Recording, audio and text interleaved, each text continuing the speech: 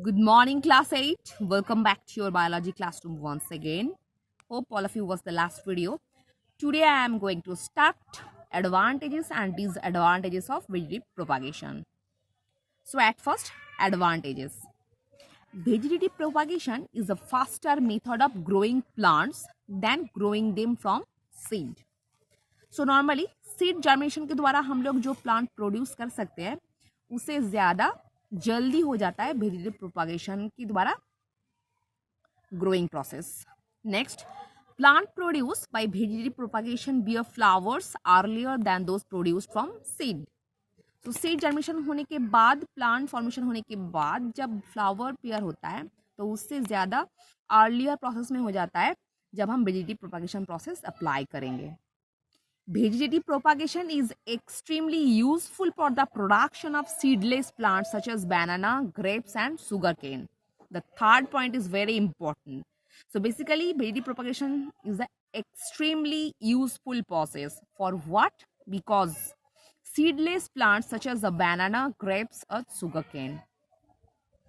New plants produced via vegetative propagation are exactly the same of the parental plant and can survive even in unfavorable condition also.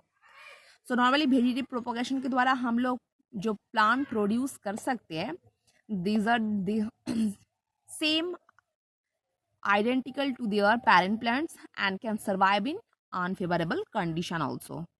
Next, disadvantages. All offsprings from the same parent have the same features. So they are all prone to the same infection which can result in the destruction of an entire crop. The first point is very important because in case of vegetative propagation, the offspring are ditto as their parent plants. मतलब they are totally Xerox copy of their parent plants. That's why they possess same features and they are prone to same infection. Prone मतलब ये tendency होता है normally parents का जो infection है ये normally offspring में बरकरार रहता है इस दौरान which can result in the destruction of entire crop. By this infection the total entire crop जो होता है it would be destroyed.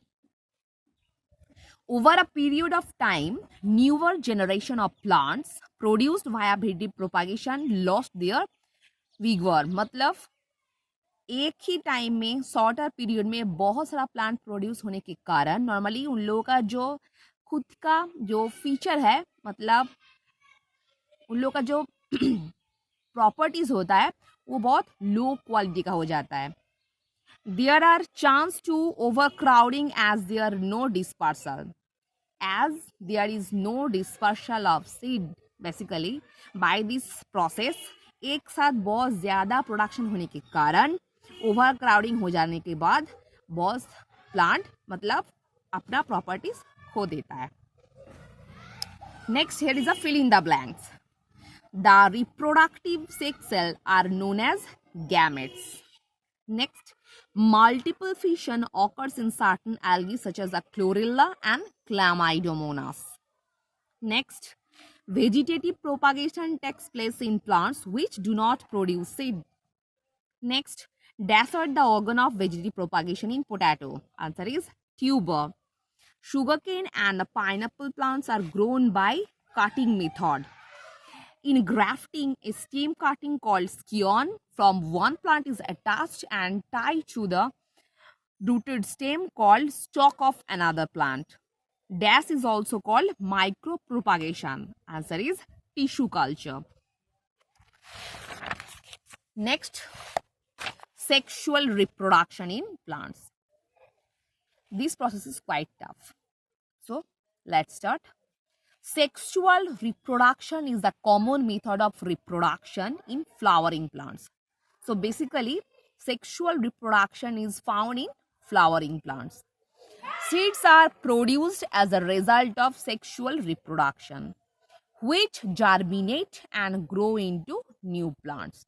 So whereas seeds are produced as a result of reproduction, by which normally new plants grow into another plant. Structure of a flower. Flowers are organs of reproduction in seed-bearing plants called angiosperm. First इसके नीचे दाग लगाना. Angiosperm हम किन लोगों को बोलेंगे? Flowers are the organ of reproduction in seed-bearing plants. So normally, which kind of plants bear flowers and seed? They are also known as angiosperm. A flower contains male and female gametes. The function of flowers is to form seed. Seeds can germinate and develop into new plants. Flowers differ in their size, shape, and color, yet most of them have a common structure. Most flowers have 4 holes or layers arranged in a definite order on a fleshy base that is known thalamus or receptacle. All of you know that is thalamus, the upper solen part of pedicel that is also known as thalamus.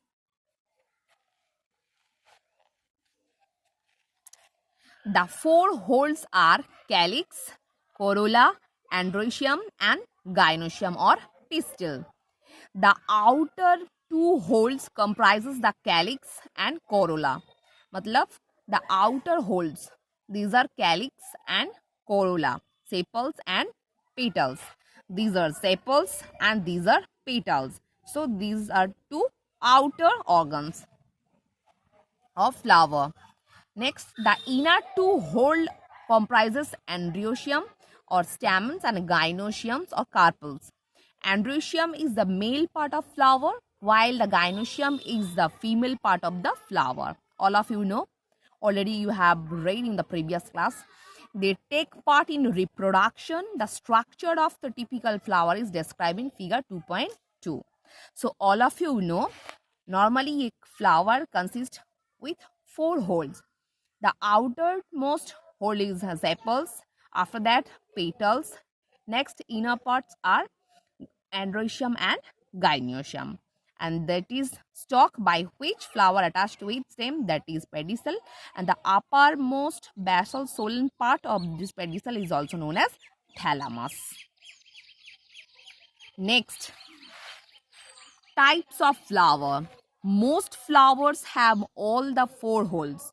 मतलब almost flower possess 4 holes.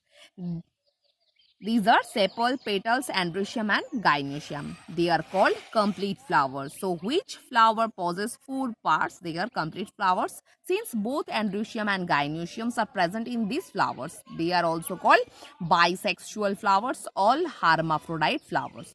So इसके नीचे भी दाग लगाना. Which kind of flower possesses both reproductive organs? They are also known as bisexual or hermaphrodite flowers. For example, hibiscus, rose, petunia and so on. Next, some flowers lack either a male hole or female hole. They are called incomplete flowers. मतलब जो flower का एक कोई sex organ absent है, these are incomplete flowers. Such flowers are called unisexual and will be either male, that is staminate flowers. मतलब जिसका male reproductive part absent है उसको हम लोग बोलेंगे staminate flowers, whereas जिसका female reproductive part absent है उसको हम लोग बोलेंगे pistillate flowers. So what is the basic difference between staminate and pistillate? So which flower lost or they don't possess androecium, this type of flower is also known as staminate flowers, whereas which flower don't have pistil or gynoecium, these flowers is also known as pistillate flowers. For example, papaya and maize. There are some flowers that have a neither androecium nor gynoecium. Such flowers are called neutral flowers. So which flowers don't have both reproductive organs? They are also known as neutral flowers. Example, ray florets of sunflower. So student, here are some common definition. So definition as well as example are very important. So we will learn very carefully. Hope all of you understood. So for today, up to this portion.